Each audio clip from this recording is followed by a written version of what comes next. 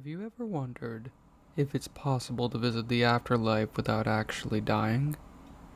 The saying goes that you can only go to heaven or hell if you're dead, but that's not entirely true.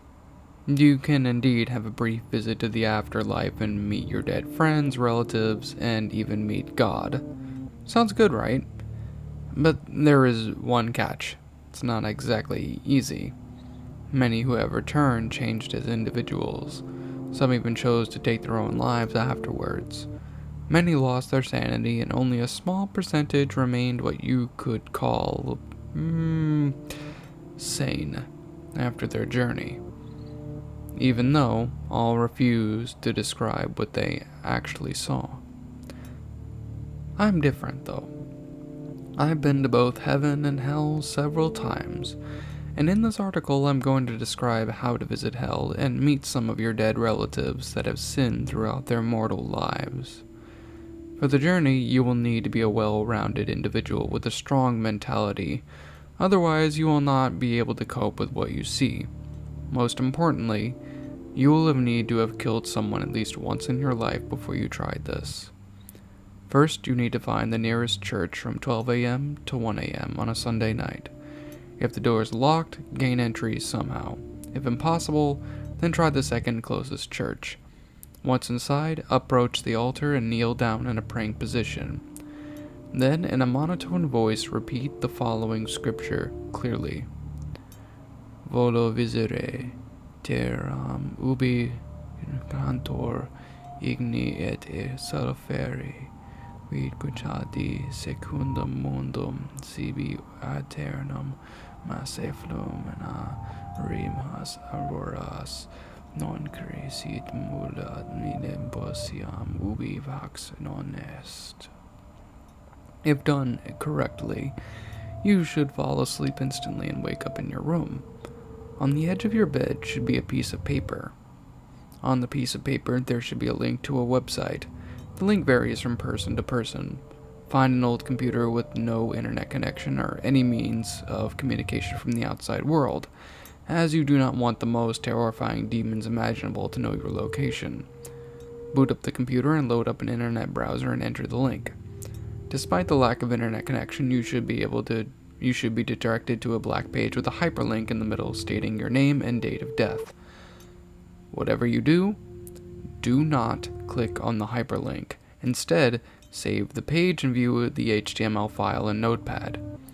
Scroll to the bottom of the document and there should be an address. Make sure you write this down.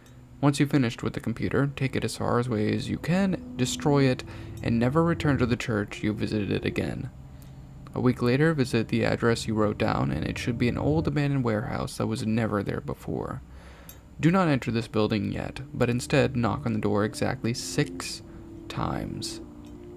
If any more or less, you will be greeted by the devil himself, and you'll be damned to a place far worse than hell.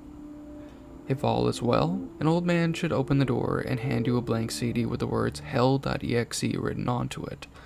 Run this on another PC you're willing to sacrifice with no inward or outward communication. On the CD should be 2 files, Diablo.jpg and Hell.exe. Do not view Diablo.jpg. It will cause you to rip your eyes out. Don't worry, it doesn't have a thumbnail though. Just simply run Hell.exe. Instantly, your monitor should start flickering, and gruesome pictures of the mutilated corpses of your dead relatives should flash quickly on and off your screen. Then a window should pop up with 2 buttons, one saying come and one saying leave. Now is your last chance to turn back. If you want to visit hell, then click on come. If not, click leave, and you will fall unconscious and wake up in your bedroom with no memory Hell.exe even existed, and all evidence of its existence will be lost. If you choose come, the window will close and the computer will spontaneously combust along with the CD. Do not leave the room that you're in. Just let the flames spread until the heat knocks you unconscious. You should wake up on a hospital bed in a dark room with no clothes on. Do not get out of the bed.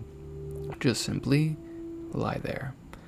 After about 5 minutes, 2 people should enter the room. I cannot be any clearer on this. Just keep your eyes tightly shut when they approach your bed. If you look at them even once, they will rip you to shreds. They will discuss in familiar voices how unfortunate your death was, and describe it in complete detail. This applies to the date of death you found on the website. Cover your ears if you don't want to hear your own fate. Afterwards, they should leave the room hastily. Wait about 10 minutes and then exit the room. Once you have exited the room, you should be in a very long corridor with the lights out. Start walking down the corridor. Once you have walked about 3 kilometers, all the lights should turn on. When this happens, run. Run as fast as you can down the corridor until you reach a fire escape door. Throw yourself through the door at full force and then slam the door shut behind you as soon as you burst through. You are now in limbo. Your surroundings should be a large desert-like wasteland with no signs of life. Search the vast emptiness for a sharp rock or a cliff edge, something you can use to end your own life. As in order to reach the gates of hell, you need to end yourself in limbo. Be cautious when exploring. Even though this isn't hell, there are some monsters lurking about in the caverns that will try to lure you in, or turn you into one of them. They're not as dangerous as the monsters you encounter in hell. These are just the unbaptized souls cast in limbo to spend eternity endlessly exploring the dark, endless cavern systems. Before ending your life, you must remove your eyes from their sockets and deafen yourself somehow. You should only have your sense of touch, taste, and smell left. You cannot ever see or hear hell, if you value your sanity, that is. Don't worry. Once you return to the human world, you will have your senses back. When you wish to leave hell, simply shout this Latin phrase as loud as you can. Est non satis. I can't give any more instructions because I feel that I'll give away more information that I'll be putting myself at risk. But there is somebody who recorded their findings, a man named Ian McGowan. He successfully went to hell and returned. Shortly after he returned, he brutally murdered most of his family and then hung himself. When he found his body, there is in his possession a note. In this note, he describes what he saw in detail. If you're reading this, then I've done the unforgivable. I've killed the people I care about the most in the worst possible manner. But I did it to save them from a fate worse than a painful death. Last week, I tried to visit my dead father in hell. He was a raging alcoholic that would come home from the pub and beat me and my mother. He died of liver disease when I was 13. I wanted to see him get what he deserved. What I saw in hell was something mortals should never experience in their lifetime. After blinding, deafening, and finally ending myself in that godforsaken wasteland, I awoke in what felt like a furnace. It was so excruciatingly hot and I couldn't move. I began to hear voices in my head and they were all saying the same thing. Help me. The voices were of many people I knew that had died. The voices grew louder and my surroundings got hotter and hotter and hotter until everything stopped. I then saw something that I can't begin to describe. I saw every sin and act of violence, greed, bloodlust, and gluttony played out all in the same time in my head. I felt the worst feeling of, how can I describe it, melancholy I had ever experienced in my life. I felt as though nothing mattered anymore.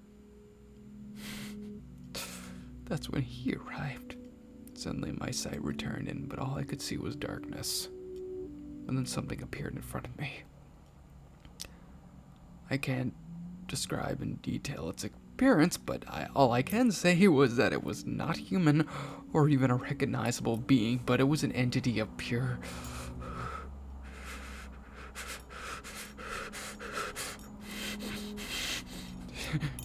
It, it, it was an entity of pure, unadulterated horror. I knew this was the devil. He talked to me telepathically, not in any recognizable language, but I somehow fully understood what he was saying. He told me the fate of the universe and what I must do. My duty.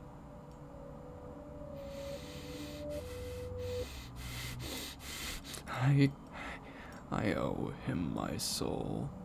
I owe him my soul. I owe him my soul. I owe him my soul. I owe him my soul. I owe him my soul. I owe him my soul. I owe him my soul. I owe him my soul. I owe him my soul. I owe.